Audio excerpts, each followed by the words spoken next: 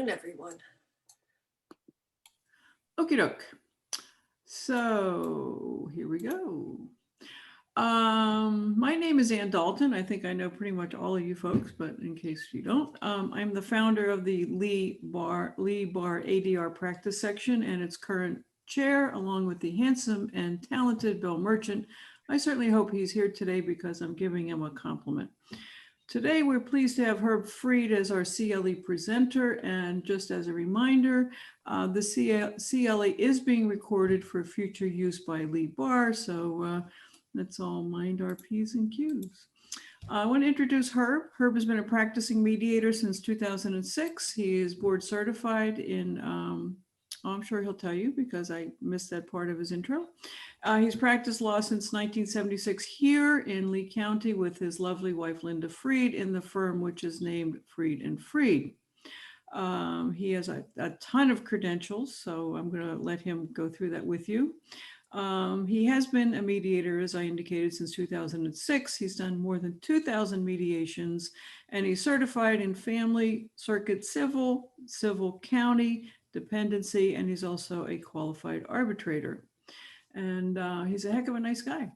So Herb, I'm going to turn it over to you at this time. And everybody, this is a great presentation. He's given it a couple other times, and we're very, very lucky to have him. Thanks, Herb. I appreciate that. And I especially appreciate your very last comment that I'm a nice guy, because really that's what it's all about. All right, so I was asked a couple of years ago to do a talk in front of Florida Rural Legal Services for a couple of hours. And I was working on that and researching it. And then a couple of nights before the talk, I was reading some articles because I had put together what I felt was, more like just anecdotes kind of to get certain points across, but not anything in any real organized fashion. So I wasn't really happy with it. And I was reading different things and I ran across an article. And this is from, it's called The Psychology of Persuasion, How to Sell Like an FBI Hostage Negotiator. It's written by Chanel Mullen. And the hostage negotiator was Chris Voss, who you may have heard of, but at one time he was the head hostage negotiator for the FBI. And he wrote a book, Never Split the Difference, Negotiate as if your life depended on it. And this was an article about that book and the various elements in the book. And as I'm reading it, I mean, I had my own thoughts about how you do a mediation and what you should keep in mind. But as I'm reading it, I'm looking at it, and every single element seemed to line up. So he's talking about hostage negotiating, and I'm talking about mediating. And in fact, I'm sure all of you have had the experience of being in a mediation where it came awfully close to looking like a hostage negotiation. But of course, it's not at any level. I mean, people actually do it, put their lives on the line, and we have to respect all of that. But there are elements that are very close. And so he had a list of 9 areas, and basically they were adapted for negotiating in general. And so mediation obviously is a negotiation. And so I've adapted that towards what's done in a mediation. Now, you've all run into mediations where people were irrational, they were emotional, they weren't thinking clearly, they were not logical. And you're thinking, this is crazy, we're not going to get anywhere, might as well just hang it up right now. I'm sure I'm not the only one with that experience. But what's happened was I developed from that a theme, a certain way of looking at it. And what I kept in mind was just a single sentence. Everyone in mediation is reasonable. But then it goes on. That doesn't end there, because obviously that would not be a true statement. So everyone in mediation is reasonable according to the rules of the world they live in. Now, the reason I find that to be a good thing to keep in mind is that, first of all, I believe it's true. And being true, there are rules in their world. And those rules might not be the rules in your world. I mean, we each live in our own world based on our own experiences and history and such. And usually in a Venn diagram, most of it kind of overlaps. We're very similar. We all speak English. We all, have breakfast in the morning kind of, and we do things that we understand each other. But there are some people out there, but especially even people what otherwise would be what you'd say reasonable. When you're doing a mediation, it involves whether or not they're going to see their children again, or on any regular basis, or if one person's going out of the state or out of the country, and there's things that their entire lives have been revolving around are now threatened, and those people are people you need to try and do the best you can in terms of working out a mediated agreement. So the world, according to the rules of the world they live in, they actually are consistent within those rules. So if they're going to be, acting in a certain way, you can use the knowledge of those rules that you will find to then develop something that might be acceptable to both sides. Now, cultural diversity is certainly, we're familiar with that. It could be religion or language, gender, ethnicity, and those are all very important, and they have to be kept in mind because that's part of the world they live in. And if the two parties, let's say, are in different worlds in that sense, you still have to figure out what the rules are in each one world. But underneath the cultural diversity is their individual diversity. And individual diversity is where you get into how they handle emotional trauma, how they handle their actions and such. So I always use that as a way of saying, when I go into a mediation and I would see people who seemed to be very much emotionally charged, and it looked like this wasn't going to go anywhere. It kind of reminded me to say, you know what, I have to understand the rules of the world they live in. So let me find out about those rules. And I would, and in the beginning, I used to almost apologize, saying, well, I know I'm asking some questions that aren't directly on this, but I need to get a background. And after a while, I stopped apologizing. It's important to get that background if you're going to resolve the issue. So with that theory in mind, I started reading this article. And as I said, it was very close to what I had already been using. And so it seemed like a normal adaptation. And now why is it, and sometimes mediation does seem like a hostage negotiation, but why is it? Well, you've got a hostage taker. Now that would be the party. But what's the hostage? The hostage is the agreement. They want what they want before they'll sign an agreement. You're the hostage negotiator. You've actually got two hostage takers because you've got each party. So there are elements that even are analogous to it. So let's go through what these elements are. And actually, by the end, I'm going to go through it now, and then I'll go over it again. But in the second time I go through it, it's going to be using some memory techniques that I've used. I've not developed any of them. I've gotten them from memory courses because, see, I actually have an advantage over most of you. The advantage I have is that I have a terrible memory. And it's an advantage because that means throughout my life, I have tried in every way possible to learn about how memory works and tried different courses and done as much as I can to figure it out. And actually, I've gotten to the point where, well, every course basically has the same theme, and I'll go into that. And I even wrote a book using memory techniques to learn Hebrew, but that's another story. The point is, it's important, and in your daily life, as an attorney or as a mediator or whatever, it's going to be very useful. But we'll do that later. First, let's get to the meat of this. The first thing is be a mirror. The first of 9 elements, be a mirror. And what does that mean?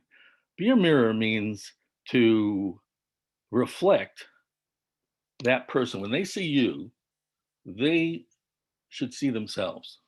Now, that's accomplished in different ways. They need to see someone who will be appreciative of their position. So if they see themselves, and one method is to repeat the last few words of whatever they say. This is a very dangerous thing to do because, and I'll go through why, but it is a technique that can be used successfully. They're talking to you and you say, oh, so, the sky is blue, is it? Or whatever. You're doing it kind of in a questioning area, like you need their help in understanding it. That's why you're repeating it. And that's got to be kept in mind. I did run into a fellow attorney who, as I'm talking to him, he's repeating to me the last three words. And I went on, and I apparently had been to the same seminar or a similar seminar that he had gone to, learning about this mirroring technique. And I'll tell you, when I caught on that that's what he was doing, I lost all faith in his sincerity. I thought, and for years actually, until finally I realized, yeah, I guess he can be sincere at times, but it's very dangerous to use this unless you're doing it properly and with sincerity. And sincerity is, in fact, the hallmark of all of these elements. Of course, there's a guy who'll say, well, sincerity is the way to get to success, and if I can fake that, I've got it made. That's a problem. You never want to fake the sincerity, because if it comes out, the penalty is just too great. So in any event, so you be a mirror. Now, to be a mirror, they're saying things, you're saying things back. By your saying it back to them, they get the impression that you are listening to them and that you are attempting to understand them, and therefore it's someone they can begin to trust. And that's really where you're trying to go to. So that's the first element, be a mirror. The second is, don't feel their pain, label it. So let's say you have a situation and there's a parent who lost a child in a terrible accident. You really can't tell that parent, oh, I know how you feel. Even if you lost a child, you can't tell that parent, oh, I know how you feel. There's no one who knows how that parent feels except the parent. And it can only come across as insincere, in my opinion. But you can label it. You can say, you must feel so alone. You must feel so desperate. Things that you're labeling how you understand them to be. And they appreciate that. And that's another way of learning trust, of earning trust. So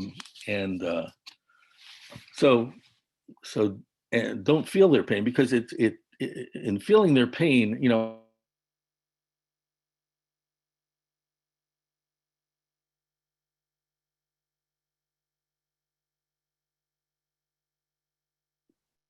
Herb, I believe that you have frozen.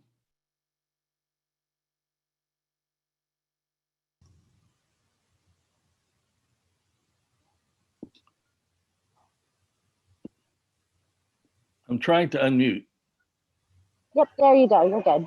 Okay, did you, how much of that did you not hear? It was only about 45 seconds.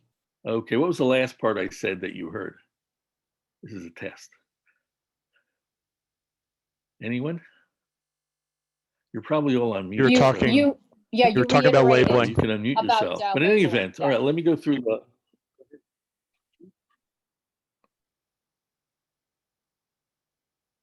Oh, labeling.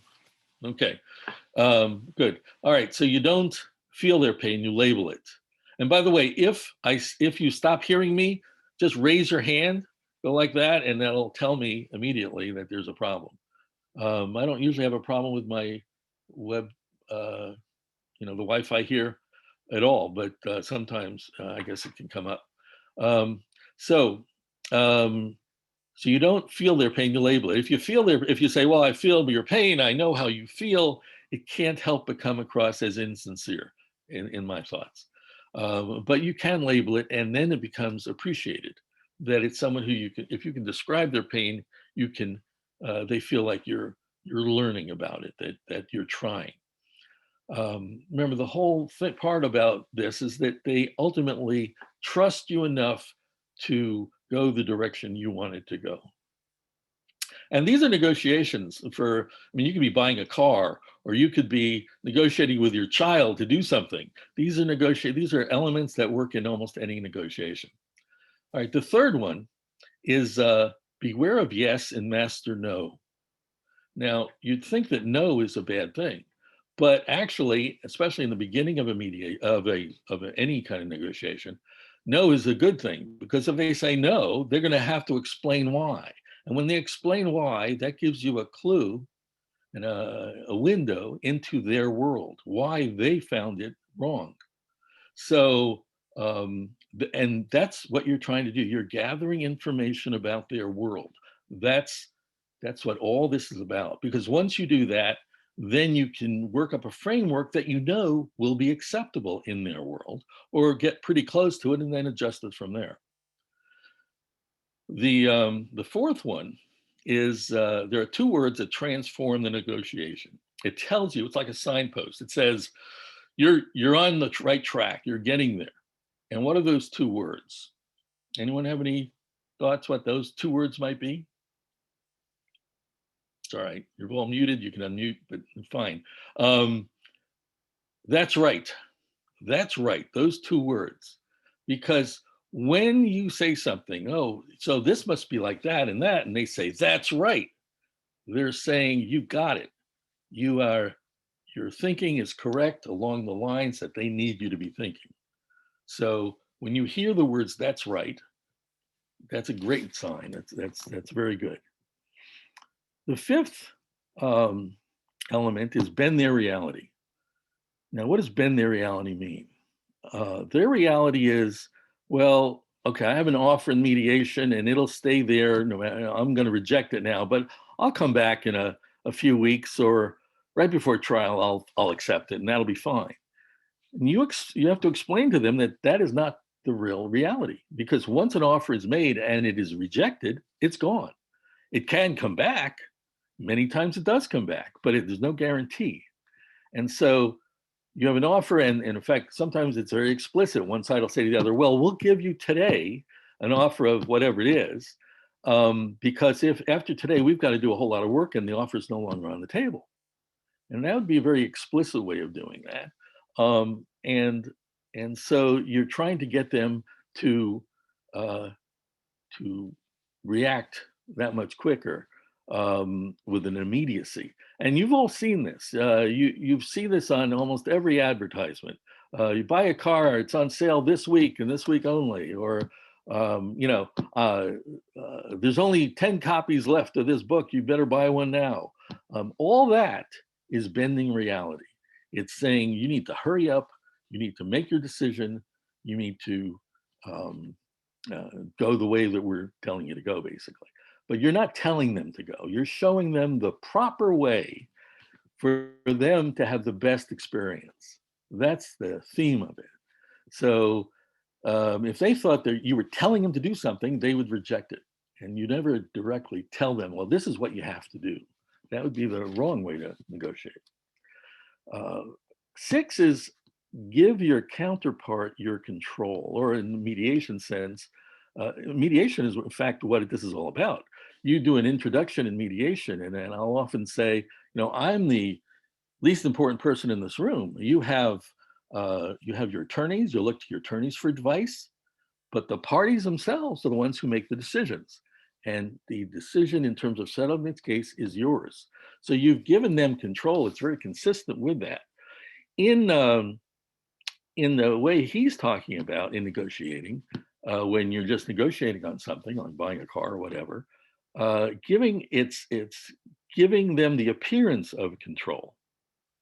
And maybe in mediation, actually what you're doing is giving them the appearance of control. But in any event, it's the appearance, because you'll be asking them questions. And as you ask them questions, they come up with the answer. Well, they're the ones coming up with answers, so they get the feeling they're in control. And that's an element that's important, one of the 9 elements of them feeling in control. Another part of that is like an IKEA build, where you're building your own furniture. IKEA supplies you the parts and then you build it. If you can get them to be involved in creating the agreement in the sense that, okay, you want to do Mondays and Tuesdays for, okay, let's try that and go from there. You're letting them make the suggestions, you're adapting it at all possible using their suggestions so that they have, they're part of the build, and they feel that much more it's theirs, and therefore they will defend it that much more strongly. You're all familiar with that. The seventh one is humanity and humor guarantee execution. Now that's a little bit hard to explain, but basically, don't be afraid of your humanity. Something's happening, you're genuinely feeling a certain way and you express it. Don't be afraid of that, as long as it's sincere and genuine. Humor is something that can be very effective, or very devastating.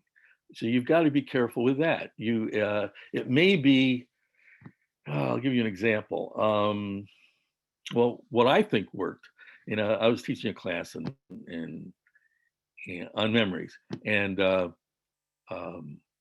so I told a story about a man who went to his dentist, and they asked the dentist, what should I do about my teeth?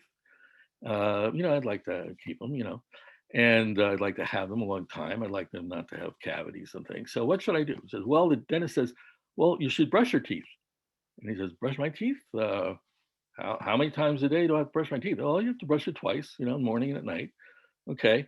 And how long does that take? And he says, well, 5 minutes. He says, well, 5 minutes every day, morning and night. Whew, do I have to brush all my teeth? And the dentist says, no, just the ones you want to keep. So the point of that is like memory techniques. Memory techniques don't work unless you use them. If you want to remember something, you have to use it.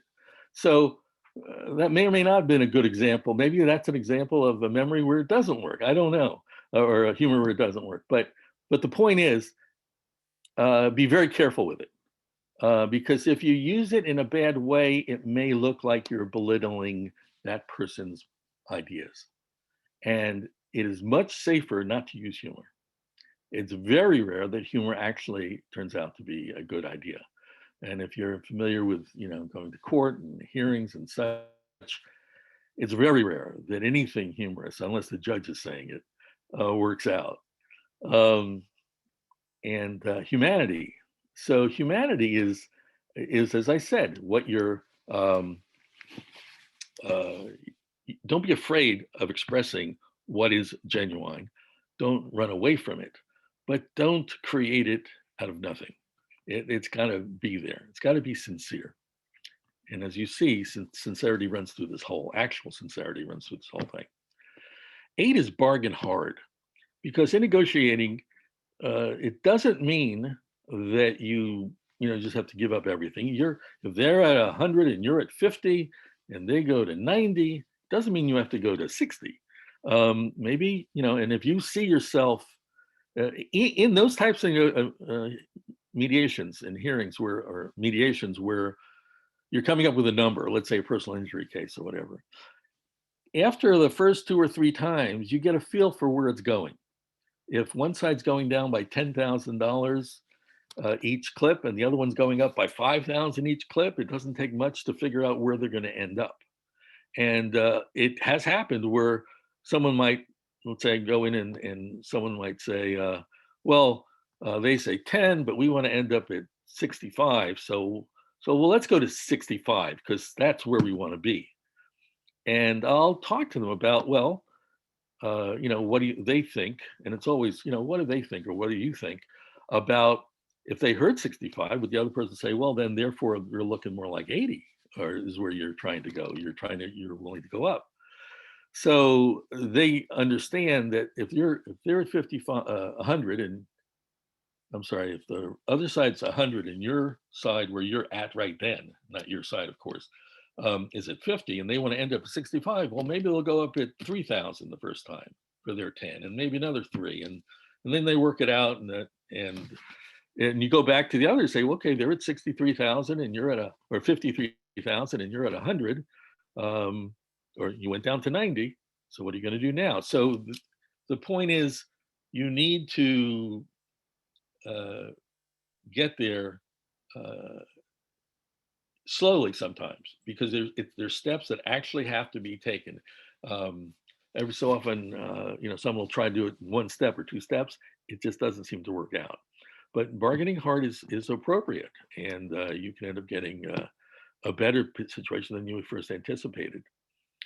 The last element is finding the black swan. The black swan is, as I interpret it, basically it's the unknown.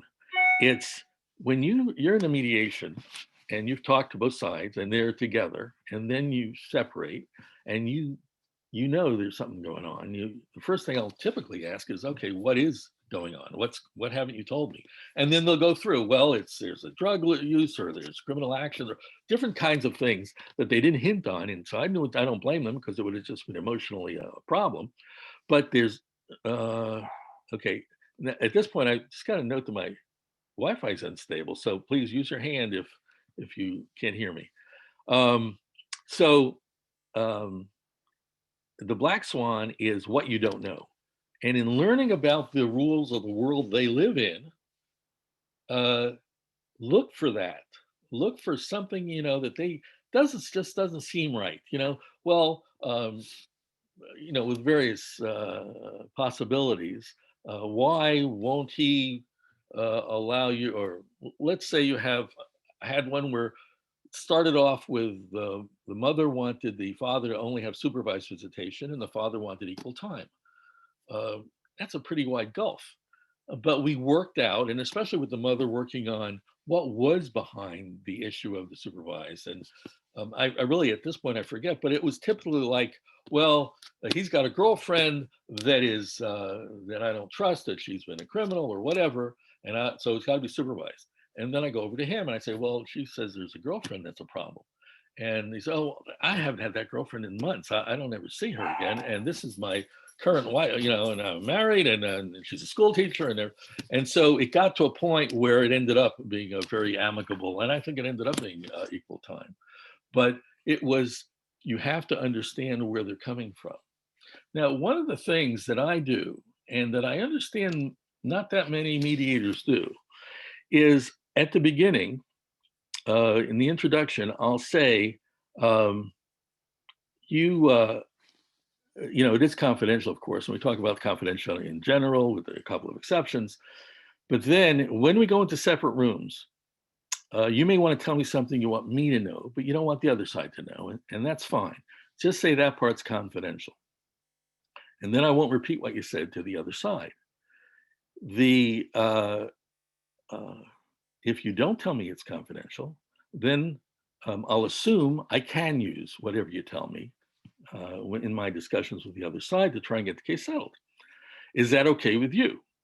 And they always, I've never had an exception. They'll say, yes, it's okay. And that's the way it has to be done. You have to get an actual statement by them that, yes, they agree.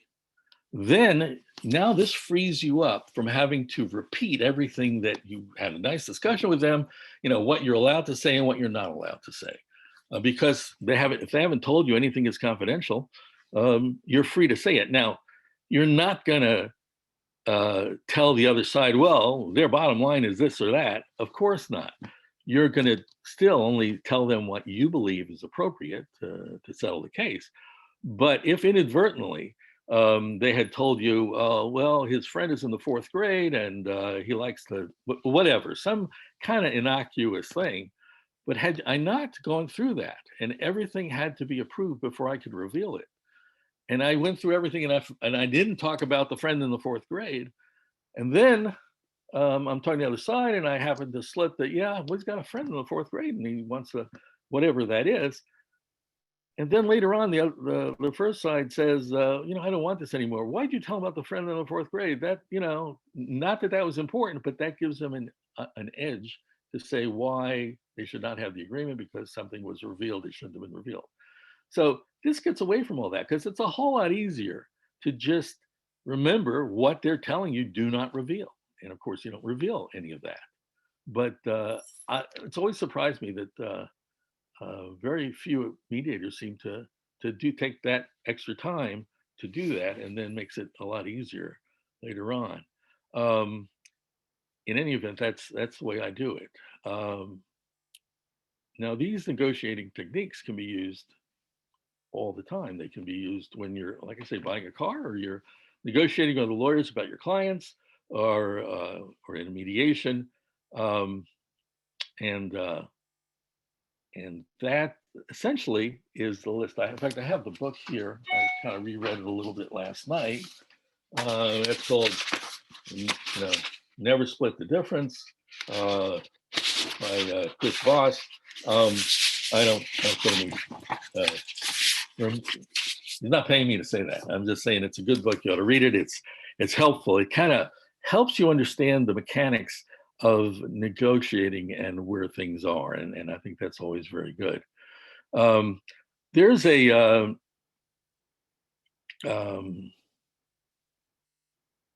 there's something I always, when I'm being observed, there's a new mediator, they need observations, and they come in and they do an observation. Usually afterwards, I'll ask them this question, and I would like to get some backup. Remember, you're on mute, you can unmute yourself. So assume that you're in a mediation and it's towards the end, and there's let's say an 11-year-old child who's in like the 3rd or 4th grade, and it's in the summer, and both have attorneys, and they've worked out what appears to be an agreement. The wife's attorney draws up the agreement, and in the agreement it says the child will remain, the child will go to the school that he's currently registered in. Okay, and he's been going to the same school for years, and that's so that's that. So they've signed it. You have it in your hand. You're walking into the room with the father and his attorney for them to sign it. Now, they've already seen drafts of it, so they know exactly what's on it. And as you open the door, you hear the father say, "Boy, I sure am glad I changed registration of my son's school to the school near my house yesterday." Now, you got this signed agreement in your hand, signed from the mother's side. What do? And if you will, I would like to hear from the group, if at all possible, if you will unmute yourself, or if not, wave your hand at least if you have something you'd like to say about that scenario. Do you have a duty? Can you hear me? Say that again? Do Yes. you have a duty to tell the wife's attorney about that, or do you have a duty just to get the deal done? And if they want to litigate the settlement agreement in court later on about the shadiness of it later on, that's up to them. Well, as you walk into the door and the attorney sees that you overheard that, I should add, the attorney says to you, "What you've just heard, you are forbidden from disclosing to the other side." Okay? So you can't tell the mother's or the mother's attorney what you just heard. You can't do that. So what do? Do you have an agreement? I mean, in writing, they've already signed it. It's the same words. Or do you not have an agreement? And if you don't have an agreement, what do? Any other thoughts? I don't feel like it's really a meeting of the minds on that, because if they're each thinking that the child is going to be going to a different school where, there's no meeting of minds in regards to that. That's exactly, yes, great. That's exactly what I've come up with when I've done it. There's no meeting of the minds. There might be a meeting of the words, but not a meeting of the minds. And it's a contract like any other contract, and therefore you don't have an agreement. But how do you get out of it now? Because you can't tell the mother what to do. What would you say? Any suggestions then? What do?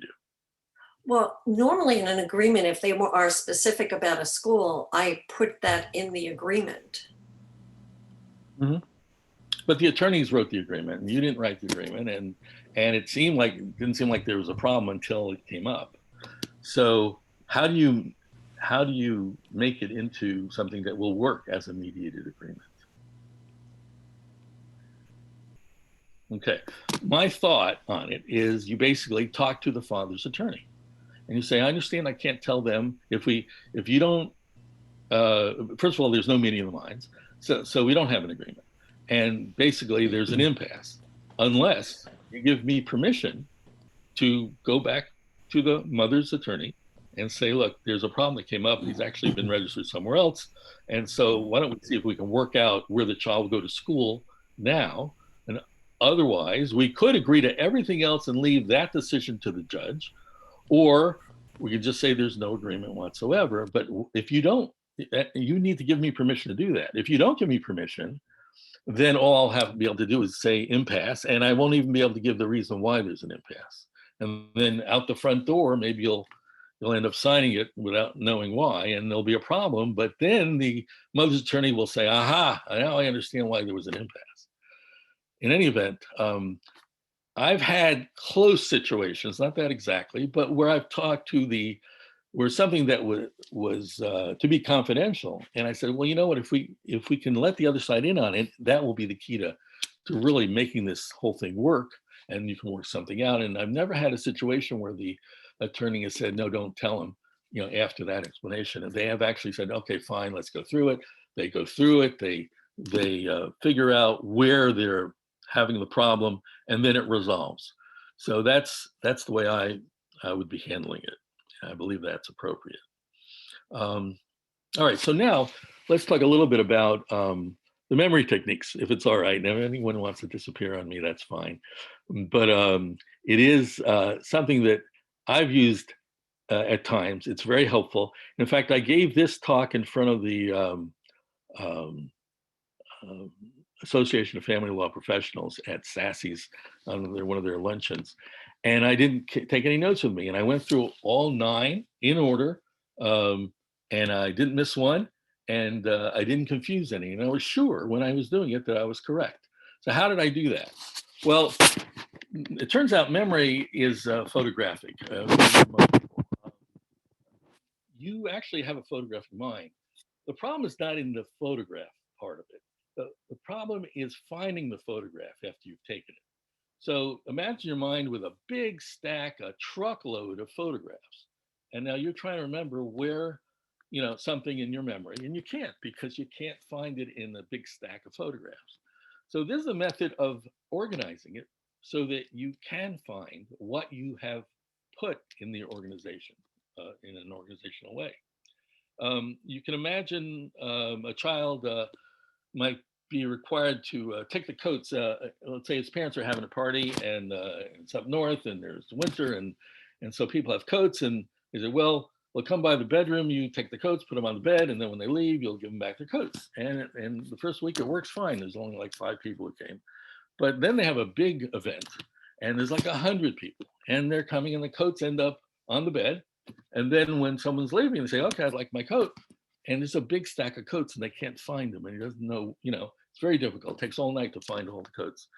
So the next time that happens, what he does is he puts pegs on the wall. And in each peg, he numbers them 1 through 100. And he puts a tag that he can take off the peg. And it has the same number as the peg it's on. So when they come in, and you're all familiar with that system, they come in, you're handed a little ticket, and that ticket has a number on it. And then when you leave, you say, okay, I'm number 17. And then he looks on the peg 17 and he gets the coat. And that's great for that sort of thing. And this method will act the same way in your mind. So how does it work? Well, you have numbers are, let's say from 1 to 10. Numbers are very difficult to remember, a sequence of numbers. So you have to say them over and over and over again until you finally get it by rote. So what happens is you assign a picture to a number, and you always use that type of object. So 1 is a tree. A tree is, it's got a trunk, But it doesn't always have to be the same kind of tree. It could be a live oak one time, and it could be a cypress another. But it's a tree. So if in the picture there's a tree, then something's happening with that tree, and that reminds you, as a hint, of what it is you're trying to remember. So in this case, well, let me go through them, and then I'll say how we do. And I'll go through the list of 9 things with that in mind. So 2 is a light switch, because it's go either on or off. 3 is a stool, 3-legged stool. 4, and now picture a particular stool. All right, it could be a brown stool, it could be whatever. But to start, picture a very particular one. A light switch, pick a very particular one that goes up and down. 4 is a car. 5 is a glove. All these, you'll notice, they're the item in picture form. They're the number in picture form. So 4 is a car, has 4 wheels. 5 is a glove, 5 fingers. 6 is a 6-shooter. 7 is dice. And with dice, the opposite numbers, the opposite faces of a dice add up to 7, whichever way it goes. That's 7. 8 is roller skates. It could be rolling a figure 8 or just 8 wheels on roller skates. 9 is a cat. It's the only one that's an animal, but since a cat has 9 lives, it's that kind of a to remember the 9 things. And in my book, I've gone up to like 22 for various reasons, but let's just stick with these 9. All right. So to remember one was a tree, but it was be a mirror, right? So imagine a tree, and you have a giant mirror standing right next to the tree, and the tree is looking at the mirror. Now, the more bizarre you can make it, the more emotional you can make it, the better it's going to be. We remember emotional things. You remember, 9/11. You remember the important dates in our own experience because of the emotions that got involved in it. So you got a tree, you got a mirror. So when I'm thinking of what's 1, I'm thinking of the tree, and what was the tree doing? It was looking in a mirror. Okay. 2 is a light switch. 2 is don't feel their pain, label it. So it's either pain or no pain, or label it or feel their pain. So you imagine the switch is off, and that's fine, and the switch goes on, and now you've gotten electrocuted because the light went on. So you felt their pain. So that's a way of experiencing that, to say, okay, so the light switch was involved with pain. That was the one which was don't feel their pain, label it. 3 is beware of yes and master no. So this was where yes is kind of very mealy, wishy-washy. Yeah, okay, I agree. Yeah, because you haven't gotten to the meat of the problem if they're just saying yes. So you're standing on a stool, and you're hearing from the crowd, and they're going yes or no, yes, no, yes, and because of that, standing on a stool in a crowd, hearing yes or no, that may be enough of a hint to remember that part of it. 4 is, what are the 2 words that transform a negotiation? What is that's right? Remember, that's right. Because when they say that's right, that means they understand that you got it, that you understand where they're at. So you have a car. Well, I'm driving the car and I turn right. That's how I remember it. The car is going to be, the wheels are turned, it's going right. 5 is bend their reality. Well, it's a glove. So you're bending the reality. The glove bends. That's an easy one to think of. 6 is, and this is kind of interesting because sometimes they come up and it's like one's made for the other. 6 was, remember, give your counterpart your control. 6 is a gun. So you're handing the gun to someone else. He's got control. That's kind of a natural. So when I'm thinking 6 was gun. Gun was give your counterpart a control. 7 is dice, and you're rolling dice, and it says humanity and humor guarantees execution. Well, you can imagine you're at a casino with the dice, and there's all sorts of humanity around, and that reminding you of humanity reminds you, okay, that's the one with humanity and humor. So that's why the dice come in. 8 is bargain hard. some of these are easier than others to fit in, but it takes a few minutes and sometimes, and you can usually do it. So you're rolling on your roller skates, and you're rolling very fast to make that loop and to show off your skills, and you're doing it as hard as you can. So you're rolling on your with your roller skates hard, and helps you remind yourself of bargain hard. Now, sometimes you might remember 8 instead of 9, but it'll be the one that's missing. You'll remember, well, okay, if that's missing, then that goes in that slot.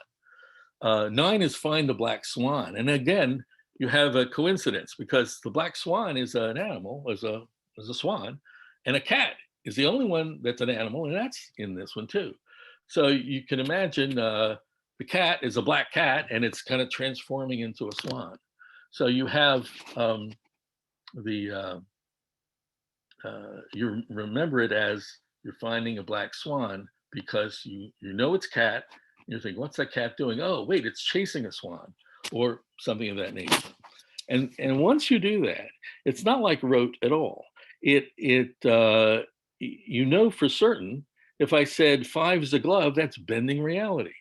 You can go there from any direction. If you're using it to memorize even the alphabet, you would have what number goes with what letter. You wouldn't have to sing the song. You know, it's a very useful tool.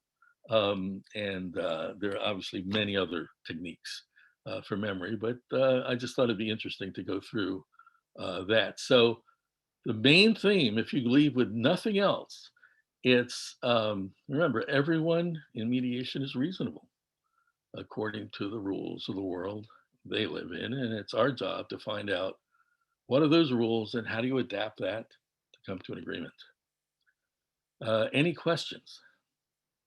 Great presentation, Herb. Thank you. Ed, thank you. Happy to answer. We've got a couple minutes left, or we can end it now.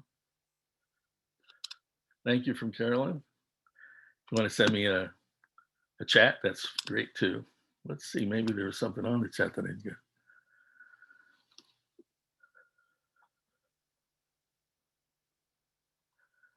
So all this, and it does depend on sincerity and true sincerity, not faking the sincerity. The worst way to lose is to lose because you're not thought of as being, yourself being honorable. All right, so thank you all. I appreciate it. I'll turn it back to Ann. Thank you, Herb. And it was, as I mentioned before, it's a great CLE, and you're a great presenter. And you've presented this a couple of times, so we really appreciate you being kind enough to share it with us as well. Our next presentation is coming up in January. It's with the remarkable Keith Grossman, who is listening at this moment, but he's not smiling. So, Keith, you want to talk for a minute about your upcoming mediation? I'm sorry, upcoming CLE? I was just thrown when you said remarkable. I am going to be speaking about using some technology, kind of a bit of a deeper dive into Zoom, specifically looking at using the breakout rooms more effectively.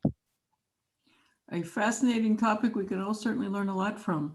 Well, at this point, we have fulfilled our CLE duty, and I'm going to say goodbye to everyone. Thank you very much for participating, and hopefully see you in January, and happy holidays. Thank you, Anne. Thank you. Happy holidays to everyone.